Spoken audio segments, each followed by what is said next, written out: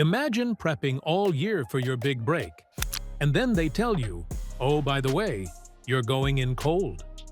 That's Sheduer Sanders' life right now in Cleveland. And Stephen A. Smith says it's looking real suspicious. Like the Browns might be setting him up to fail before he's even had a chance to shine. Sheduer in a hoodie watching from the sideline. Here's the setup. Sheduer, son of primetime Sheduer Sanders, comes into the NFL as a fifth-round pick. That alone is wild, considering this guy was once projected to be a top-3 quarterback in the draft. But instead of the VIP rookie treatment, Cleveland drops him at 4th on the depth chart. No first-team reps, barely any run with the second team, strictly third-unit scraps in practice. And then, plot twist, they announce, "Hey rookie, you're starting our first preseason game." No warning, no warm-up, just go prove yourself in front of the entire football world. But why is Stephen A. so heated about this? Stephen A. says it's about optics. You don't give the guy a single rep with your starters all camp, and then you throw him into a preseason start? That's not evaluation. That's tossing him to the wolves. He's not accusing the Browns coaches or GM of foul play, but he is side-eyeing the situation, especially given the politics around his draft slide. Remember, Sheduer didn't just fall to the 5th round because of football. The whispers were about his interviews, his dad's public comments, and some front offices just not liking the whole primetime energy. But Marcus Spears sees it differently. Swagoo says, hey, this is the NFL. Backup QBs never get first-team reps. You gotta be ready whenever. And honestly, he's right. A backup's job is to step in cold and still look like a starter. The twist here is that Sheduer's in a 6-man quarterback room. Joe Flacco, Kenny Pickett, Tyler Huntley, Dillon Gabriel, and a couple guys whose Madden ratings are probably hidden under other. The Browns aren't keeping 6 QBs, which means Sheduer's preseason is less about fighting for QB1 and more about fighting to exist on the roster.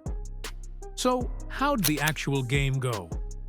Sheduer scrambling, throwing darts, sideline celebrations.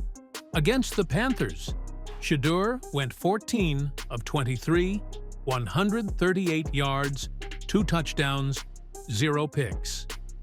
He showed poise in the pocket, shook off pressure, dropped a dime to Caden Davis for a score, and even pulled off a gorgeous floater to Luke Floria, who made a one-handed grab that had LeBron James tweeting about it. Shannon Sharp summed it up. If he can do that with 2s and 3s, imagine him with the 1s. Not bad for a guy who supposedly wasn't ready for the moment. But this is still the NFL, and the NFL loves moving goalposts. One good game, people will say, relax, it's just preseason. One bad game, they'll say, see, he's not ready. Stephen A.'s whole point is that the context matters. If you're buried on the depth chart and don't get equal prep time, you're not playing from the same starting line as everyone else. This isn't just about Week 1. With Flacco as the presumed starter, Kenny Pickett and Huntley in the mix, and Dillon Gabriel as the other rookie QB, Sheduer's tape right now is his resume for the rest of the NFL. Every snap is either earning him a shot or writing him off as just another camp arm. And here's where Stephen A. drops his real advice for Sheduer.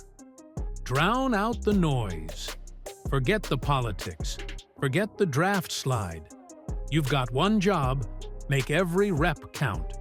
Because whether you're in Cleveland's future plans or not, the rest of the league is watching, and if you can look like the calmest guy on the field while everyone's waiting for you to crack, that's how you turn a set-up to fail into a launch pad. So now we've got 2 storylines on a collision course. The set-up to fail crew, saying Cleveland gave him 0 first-team prep, and will quietly move on to their guy. The Earn It camp, saying this is the NFL and your excuses don't matter, only results do. Which side is right? Is Sheduer Sanders a future Browns starter?